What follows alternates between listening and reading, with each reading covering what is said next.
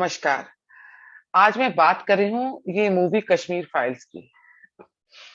कहीं न कहीं ये मूवी देखने के बाद मैं कह सकती हूँ कि ये एक टर्निंग पॉइंट होगा मेरी लाइफ में। 2-3 इंसिडेंट्स रह हैं मेरी लाइफ में जिन्होंने मुझे बदल दिया और मेरे को एक इंडियन होने के साथ-साथ उन इंसिडेंट्स ने ये रियलाइज़ कराया मुझे कि मैं एक हिंदू इंडियन हूँ। हिंदुस्तान में एक ऐसी हिंदू हूँ जिसके पास ड्यूटीज हैं पर राइट्स नहीं है। उससे भी मैं काफी जागी। पर कश्मीर फाइल्स देखने के बाद मेरे अंदर कह सकते हैं एक तूफान सा आया है। एक ऐसा बदलाव आया है जहां से अब मैं मेरा वापस मुड़ना बहुत मुश्किल होगा और उन लोगों के साथ एसोसिएट करना बहुत मुश्किल होगा जो कश्मीर में जो 1989 1991 में हुआ।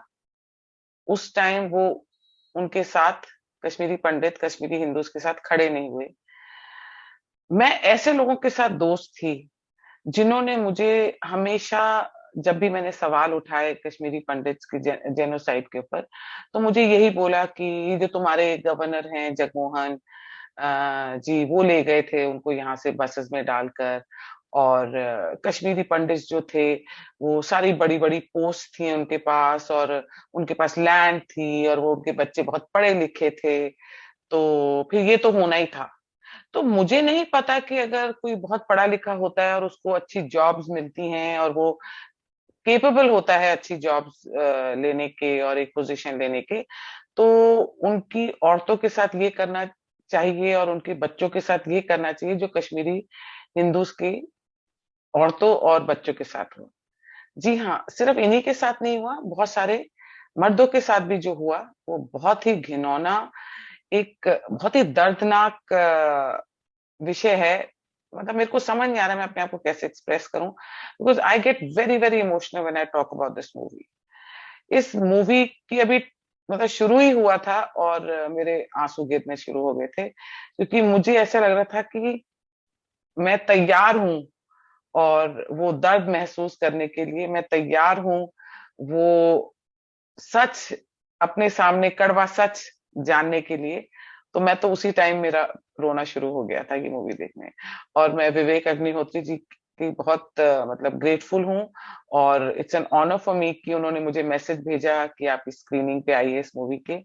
और मेरे को बहुत ही, आपने मेरे को मेरे लिए एक बहुत बड़ा काम कर दिया जिससे मुझे बहुत सारे जवाब मिल गए। जी हाँ, मैंने ये भी सुना है कि इसको जेनोसाइड मत बोलो, ये तो एक आम हिंदू मुसलमान की लड़ाई थी।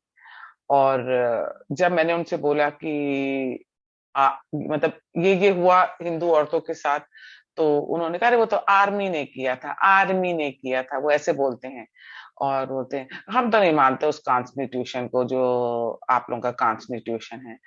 और उस कॉन्स्टिट्यूशन में लिखा है कि इधर कितना एक पर्टिकुलर कम्युनिटी है उसके ऊपर कितने अत्याचार हो रहे हैं तुम्हारे इंडिया में, वो इंडिया को इंडिया बुलाते हैं।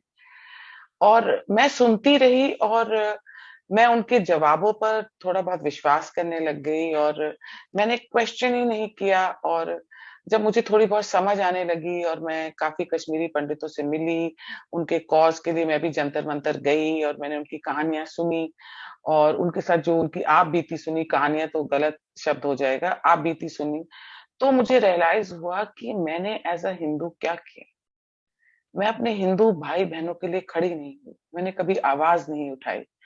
और मैं एक और चीज बोलना चाहूंगी कि अ, मेरा हिंदू कश्मीरी हिंदूज के साथ देने के कारण मेरा मेरी दोस्तियां टूटी और आवाज उठाने पर मेरे ऊपर थोपा गया 2002, मेरे पे थोपा गया गोडसे और वीर सावरकर जी।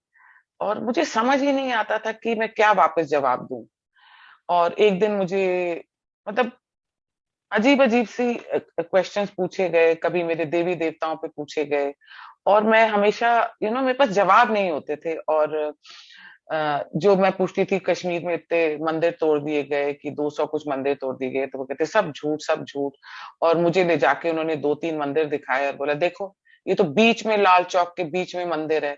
अगर हमने, हमारे कम्युनिटी ने मंदिर तोड़े होते तो ये बीच लाल चौक में मंदिर कैसे है? यहाँ तो लोग सब हिंदू लोग आते हैं। बहुत ना कॉन्ट्रडिक्शंस थी और बहुत कंफ्यूजन थी मेरे माइंड में ये सब चीजें लेके। और मैंने देखा कि इन्होंने जिस टेररिस्ट ने वो इंडियन एयरफोर्स ऑफिसर्स को मारा, उन्होंने, मेरे दोस्तों ने, सो कॉल्ड दोस्त थे, क्योंकि अगर वो मेरी भावनाओं को नहीं समझ पाए तो वो दोस्त नहीं थे। तो उन्होंने उसी टेररिस्ट के साथ आना जाना रखा। उसी टेररिस्ट को मैंने, उनको सुना है ईद पे मुबारक देते हुए, उसी टेररिस्ट को अपने घर बुलाते थे ये चाय पे। तो कहीं ना कहीं इसका जवाब मुझे ये मिला कि वो मानते हैं कि जो कश्मीरी पंडित के साथ हुआ और जो कश्मीर में हो रहा है वो सही है। तो ये कहना कि हर कोई नहीं चाहता कि ऐसा हो, कहीं ना कहीं मुझे इस पे शक होता है कि ऐसा नहीं है।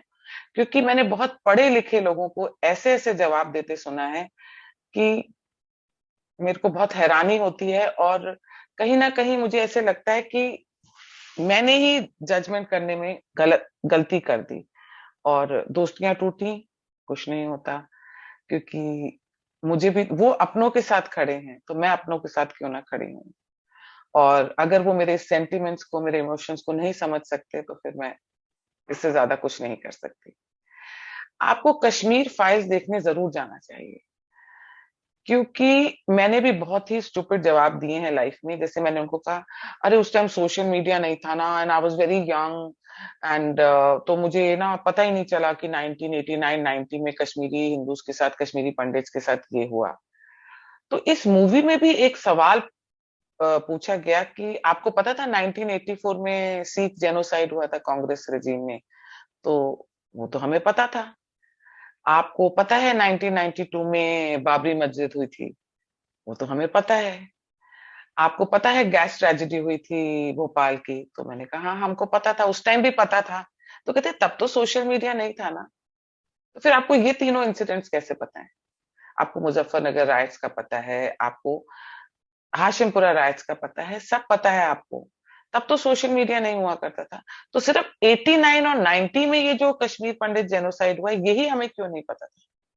आपको पता है हमें क्यों नहीं पता था? क्योंकि they saw to it, the media, the bureaucracy, उस टाइम की गवर्नमेंट, उस टाइम की होम मिनिस्ट्री, उस टाइम की I and B ministry, they saw to it कि कश्मीरी पंडित का जो ये इंसिडेंट है, ये जो एक्सीडस है, जेनोसाइड है, ये किसी को पता ही ना चले। इसको ना ढक दिया गया। और मैं सब लोगों से ये सवाल कर रही हूं कि हमें क्वेश्चन करना चाहिए उस टाइम की गवर्नमेंट से, उस टाइम के होम मिनिस्टर से, उस टाइम की पुलिस से, उस टाइम जुडिशरी से। जुडिशरी तो हमारे लिए जजमेंट देती है, भगवान का की तरह होती है।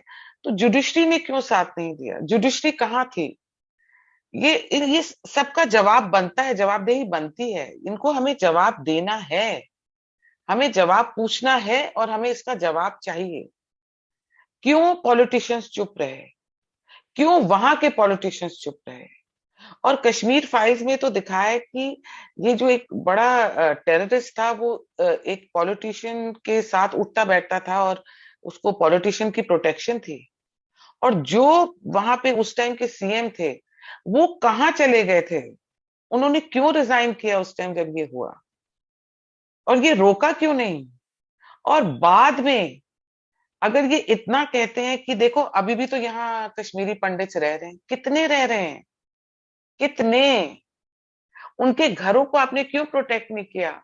इस मूवी में आपको ये भी बताया जाता है कि किस तरह एक नेबर जिसके साथ आपका रोज का उठना बैठना है, जिसका बच्चा आपके बच्चे के साथ, मतलब they are best friends those kids, वो एक दूसरे के साथ हैं। एक टीचर जिसने बच्चों को पढ़ाया है, टीचर तो आप इतना ऊपर, मतलब भगवान का दर्जा देते हैं, इतना ऊपर हाई पेडेस्टल पे रखते हैं। टीचर के स्टूडेंट्स ने आके टीचर्स को के साथ क्या क्या किया है, कश्मीरी पंडित टीचर्स के साथ, एक नेबर ने, कश्मीरी पंडित के नेबर ने उसके साथ क्या क्या किया है। ये जो पिक्चर है ना, ये जो मूवी है, ये दिल दहला देती है। मैं कहती हूँ, मैंने रूबिका लियाकत जी का इंटरव्यू सुना, उसमें वो कह रही थी कि कश्मीर को जन्नत बुलाते हैं, जन्नत। और किस तरीके से जहन्नुम बना दिया था कश्मीरी पंडित के लिए, तो किस बात की जन्नत। क्या करे, क्या फायदा इतनी बर्फ का, डल लेक का, और इतने मतलब हरे भरे पेड़ों का, वहां पे लोग स्कीइंग करने जा रहे हैं, इतनी बड़ी बड़ी होटल्स का, ब्यूटी का, सीनिक ब्यूटी का, नेचर का, क्या मतलब है उसका। ऐसा क्या मतलब कि जिन्होंने कश्मीर को ढूंढा, जिन्होंने कश्मीर में सबसे पहले आके बसे, आपने उन्हीं को बर्बाद कर दिया। और मेरे ये भी एक सवाल मेरे दिमाग में बहुत आता है कि कश्मीरी जो पंडित्स हैं वो हिंदुस्तानी हैं, और वो इंडिया में रह के, हिंदुस्तानी होके हिंदुस्तान में ही रेफ्यूजी का दर्जा पाए। कश्मीरी पंडित कैंप्स में रहते हैं, कश्मीरी हिंदू कैंप्स में रहते हैं, और उन कैंप्स की हालत देखिए आप जाके। मतलब इतने सवाल हैं मेरे पास, इतने क्वेश्चंस हैं। ये उस टाइम के जो जर्नलिस्ट थे, मैंने तो ये भी पूछा है कि देखो कि कौन कौन जर्नलिस्ट थे जिनको 1989 और 92 के बीच में पद्मश्री मिला। क्यों मिला? किसी ब्यूरोक्रेट को पद्मश्री मिला, क्यों मिला? जो कश्मीर से रिलेटेड थे। इस मूवी में बताया है, चुप रहने के लिए मिला। तो कहीं ना कहीं मेरी आप सबसे रिक्वेस्ट है कि कहीं ना कहीं हम हिंदू ने अपने कश्मीरी हिंदू भाई बहनों को फेल किया है, हमने उनके साथ इनजस्टिस की है। पर अभी भी देर नहीं हुई है, आप उनके साथ खड़े होइए, और इस मूवी को जरूर, कश्मीर फाइल्स को जरूर जाके देखिए।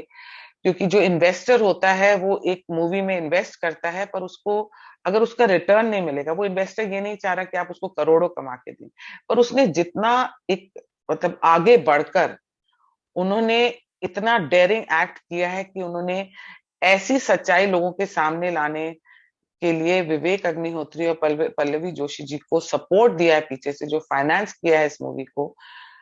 हमें we should see to it कि उनको नुकसान ना हो, और ये घर घर मैसेज पहुंचे कि क्या हुआ था हमारे हिंदू भाई बहनों के साथ कश्मीर में। अगर आज हम कश्मीर फाइल्स के साथ खड़े नहीं हुए, आज हमने साथ नहीं दिया, तो कल कोई इन्वेस्टर आगे नहीं आएगा हिंदूज के ऊपर जो अत्याचार हुए हैं इस देश में उसको बताने। Please go and watch this movie. अपने नेबर्स को बोलिए जाके देखिए, अपने दोस्तों को बोलिए, ग्रुप्स में जाइए, अपने रिलेटिव्स को बोलिए, सबको बोलिए ये पिक्चर जरूर देखें, और आके सवाल जरूर करिए। वो जो उस टाइम की गवर्नमेंट थी, उस टाइम के होम मिनिस्टर थे, उस टाइम की जुडिशरी, उस टाइम की पुलिस, सबसे सवाल। एंड आई होप मेरी इस बात को सुनने के बाद आप लोग ये पिक्चर देखने जरूर जाएंगे, और जब आप बाहर निकलेंगे तो आपको समझ आएगा कि ये मूवी क्या है। नमस्कार।